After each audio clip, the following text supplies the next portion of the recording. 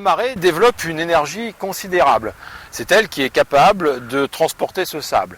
Elle est aussi capable de le remanier sur place et les dépôts qui vont en résulter sont des dépôts remaniés par la marée qu'on va appeler des dépôts tidaux. Voici quelques exemples de ces dépôts du Haut-Marais. Au banc d'Arguin, à la sortie du bassin d'Arcachon, au pied du phare de Cordouan, à l'embouchure de la Gironde ou à l'est de l'Australie.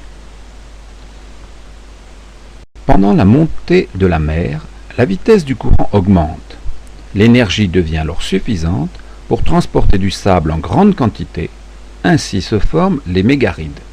Lorsque la marée remonte un estuaire, le flot voit sa vitesse augmenter de 0 au moment des basses eaux à une vitesse pouvant atteindre plusieurs mètres par seconde. La courbe sinusoïdale de ce diagramme représente la vitesse du courant. Lorsque la vitesse atteint un seuil énergétique suffisant, les grains de sable se déplacent pour former des mégarides. Au moment de l'inversion du courant, la vitesse devient nulle. L'énergie est nulle, il n'y a plus de transport de sédiments. À marée descendante, le courant de jusant repart vers la mer en créant des rides selon le mécanisme suivant.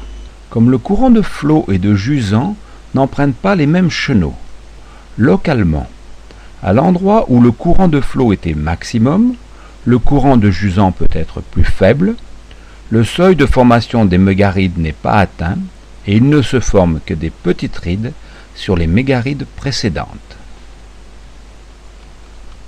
Au cycle suivant, le courant de flot revient et érode partiellement les dépôts antérieurs.